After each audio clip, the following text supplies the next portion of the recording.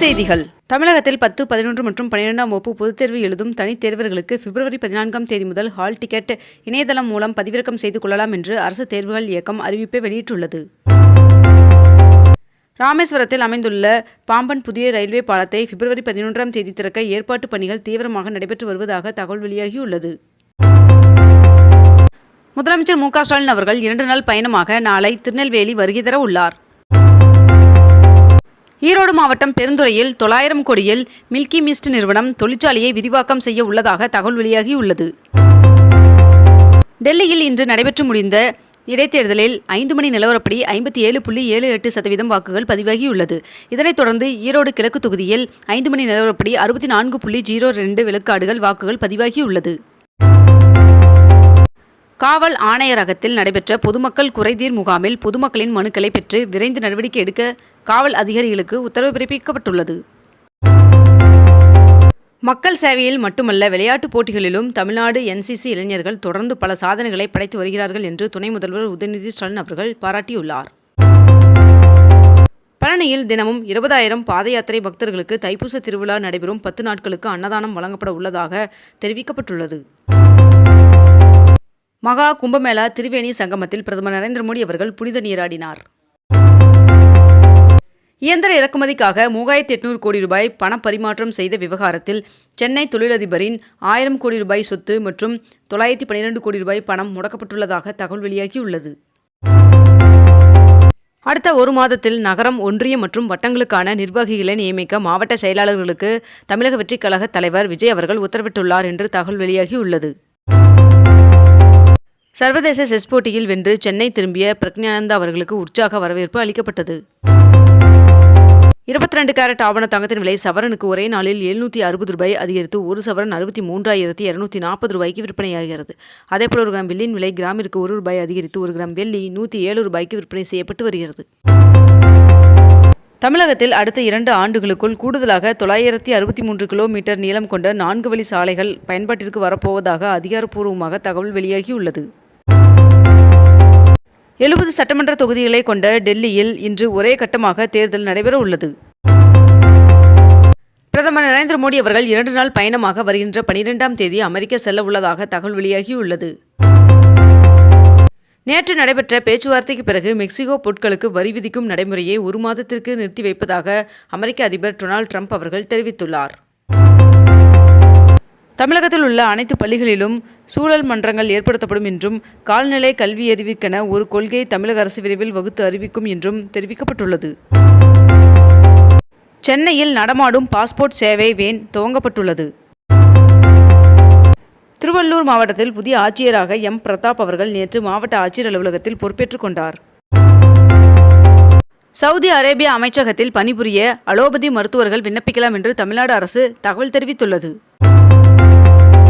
ஊட்டி தாவரவியல் பூங்காவில் மலர் தொட்டிகளை கொண்டு செல்பி ஸ்பாட் அமைக்கப்பட்டுள்ளது. கலைஞர் கருவூலம் சிறப்பு இணைய பக்கத்தை முதலமைச்சர் மு க ஸ்டாலின் அவர்கள் தொடங்கி வைத்து சங்கத்தமிழ் நாள்காட்டியினை வெளியிட்டார்.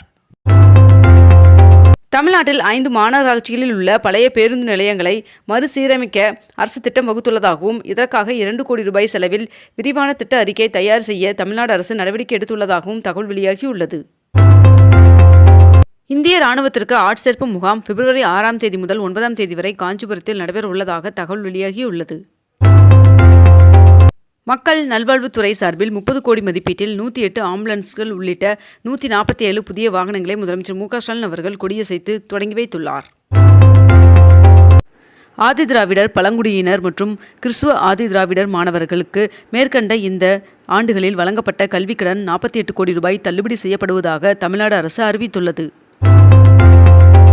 தமிழ்நாடு ரயில்வே திட்டங்களுக்கு 2025-26 நிதியாண்டிற்கான ஒன்றிய பட்ஜெட்டில் 6,626 கோடி ரூபாய் நிதி ஒதுக்கீடு செய்யப்பட்டுள்ளது. சென்னையில் 3வது தமிழ்நாடு கால்நிலை மாற்ற உச்சி மாநாட்டை முதலமைச்சர் மு க ஸ்டாலின் அவர்கள் தொடங்கி வைத்துள்ளார். பேரறிஞர் அண்ணா நினைவு நாளை முன்னிட்டு வேஷ்டி சேலைகளை துணை முதல்வர் உதயநிதி ஸ்டாலின் அவர்கள் வழங்கினார். ஈரோடு கிழக்கு தொகுதியில் வாக்குச்சாவடி மையங்களாக செயல்படும் 53 பள்ளிகளுக்கு இன்று விடுமுறை அறிவிக்கப்பட்டுள்ளது. இலங்கை கடற்படையால் சிறைபிடிக்கப்பட்ட மீனவர்கள் மற்றும் படகுகளை விடுவிக்க வலியுறுத்தி முதலமைச்சர் மு க ஸ்டாலின் அவர்கள் கடிதம் எழுதியுள்ளார். மண்டபம் மீனவர்கள் 10 பேரை பிப்ரவரி 17ஆம் தேதி வரை சிறையில் அடைக்க இலங்கை நீதிமன்றம் உத்தரவிட்டுள்ளது. முதலமைச்சர் அவர்களின் அறிவிப்பின்படி புதிதாக 3 பயணிகள் படகுகள் வாங்க பூம்புகார் கப்பல் போக்குவரத்து கழகம் டெண்டர் கோரியது. முதலமைச்சர் மு.க. ஸ்டாலின் அவர்களின் தலைமையில் வருகின்ற பிப்ரவரி 10ஆம் தேதி அமைச்சரவை கூட்டம் நடைபெறும் என்று அறிவிக்கப்பட்டுள்ளது. தமிழகத்தில் வருகின்ற 8ஆம் தேதி வரை வறண்ட வானிலையே நிலவும் என்று தெரிவிக்கப்பட்டுள்ளது. கடந்த வெள்ளிக்கிழமையன்று டாலருக்கு நிகரான இந்திய ரூபாயின் மதிப்பு 86 ரூபாய் 62 பைசாவாக இருந்த நிலையில் இன்று வர்த்தகம் தொடங்கியதும் 87 ரூபாய் 29 பைசாவாக மேலும் சரிவை கண்டது. திருச்சி மாவட்டம் மணச்சநல்லூர் அருகே தண்ணீர் தொட்டி அமைக்க பள்ளம் தோண்டிய போது சுமார் 50 கோடி ரூபாய் மதிப்பிலான ஐம்பொன் சிலைகள் கண்டெடுக்கப்பட்டன. 25வது ஆண்டு கொடிநாள் விழாவை முன்னிட்டு வருகின்ற 7ஆம் தேதி மாவட்ட செயலாளர்கள் ஆலோசனைக் கூட்டம் நடைபெறும் என்று தேமுதிக தலைமை கழகம் அறிவித்துள்ளது. மாமல்லபுரத்தில் 33 ஆண்டுகளுக்கு பிறகு 90 கோடியில் நவீன பேருந்து நிலையம் அமைக்கும் பணி தீவிரமாக நடைபெற்று வருவதாகவும் செப்டம்பர் மாதத்திற்குள் இப்பணி முடிக்க இலக்கு நிர்ணயிக்கப்பட்டுள்ளதாகவும் தகவல் வெளியாகியுள்ளது. 10 கோடி ரூபாயில் சாரணசாரணியர் புதிய தலைமை அலுவலகம் அமைக்கப்படும் என்று முதலமைச்சர் மு.க. ஸ்டாலின் அவர்கள் அறிவித்துள்ளார். மேலும் 6 இடங்களில் தோழி மகளிர் விடுதியை கட்ட தமிழ்நாடு அரசு டெண்டர் கோரியது. சமயபுரம் மாரியம்மன் சுவாமி கோவிலில் தைப்பூச திருவிழா கொடியேற்றம் நேற்று காலை நடந்தது. மகளிர் U19 உலகக் கோப்பையை கைப்பற்றிய இந்திய அணிக்கு துணை முதல்வர் உதயநிதி ஸ்டாலின் அவர்கள் வாழ்த்து தெரிவித்துள்ளார். சாரணசாரணியர் இயக்கத்தில் நாடு முழுவதும் 80 லட்சம் பேரும் தமிழ்நாட்டில் 12 லட்சம் பேரும் இயக்கத்தில் உள்ளதாக தெரிவிக்கப்பட்டுள்ளது. கோவையில் மாற்றுத்திறனாளிகளுக்கான நவீன குடியிருப்பு கட்டப்பட்டுள்ள நிலையில் விரைவில் இதற்கான திறப்பு விழா நடைபெற உள்ளதாக தகவல் தெரிவிக்கப்பட்டுள்ளது. தமிழ்நாடு நுகர்பொருள் வாணிபக் கழகத்தின் 1 கோடியே 14 லட்சம் ரூபாய் மதிப்பீட்டிலான பெட்ரோல் டீசல் விற்பனை நிலையம் தொடங்கி வைக்கப்பட்டுள்ளது. 33 கோடியில் திருச்சி கிழக்கு தொகுதியில் கட்டப்படும் இலங்கை தமிழர் மறுவாழ்வு முகாமின் புதிய கட்டுமான பணியை துணை முதல்வர் உதயநிதி ஸ்டாலின் அவர்கள் அடிக்கல் நாட்டி தொடங்கி வைத்தார். கோவை மெட்ரோ ரயில் திட்டத்திற்காக நிலம் கையகப்படுத்த CMRL 154 கோடியை ஒதுக்கியுள்ளது.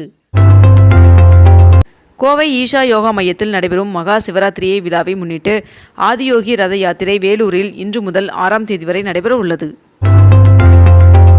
வணிக பயன்பாட்டிற்கான 19 கிலோ எடை கொண்ட கேஸ் சிலிண்டரின் விலையில் 6 ரூபாய் 50 பைசா குறைக்கப்பட்டு 1797 ரூபாயாக விற்பனை செய்யப்பட்டு வருகிறது. வீட்டு உபயோக சிலிண்டரின் விலையில் எந்த ஒரு மாற்றமும் இல்லை. இத்துடன் இன்றைய தலைப்புச் செய்திகள் நிறைவடைகின்றன. மேலும் இதுபோன்ற அண்மை தகவல்களை உடனுக்குடன் தெரிந்து கொள்ள அக்னிபூ சேனலை சப்ஸ்கிரைப் செய்து கொண்டு தொடர்ந்து இணைந்திருங்கள். நன்றி, வணக்கம்.